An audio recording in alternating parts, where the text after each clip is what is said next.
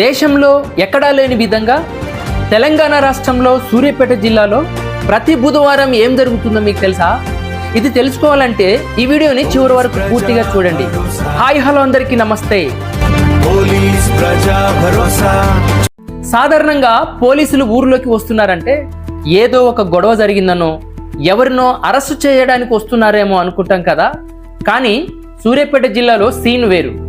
అసలు అక్కడ ఏం జరుగుతుందో చూస్తే దేశం మొత్తం వాళ్ళని సూపర్ హీరోస్ అనాల్సిందే.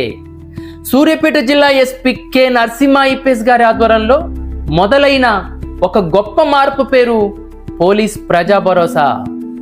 జిల్లాలోని ఏదో ఒక గ్రామంలో ఏదో ఒక పల్లెలో ప్రతి బుధవారం పోలీసులే స్వయంగా గ్రామంలోకి వెళ్ళి ప్రజలకు అండగా నిలబడుతున్నారు.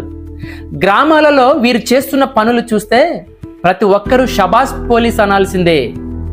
యువత గ్రామాలలో చిన్న చిన్న గొడవలకు పోయి కేవలం ఒక్క ఎఫ్ఐఆర్ నమోదైతే ప్రభుత్వ ఉద్యోగం భవిష్యత్తు ఎలా నాశనం అవుతుందో ప్రజలను చైతన్యం చేస్తున్నారు.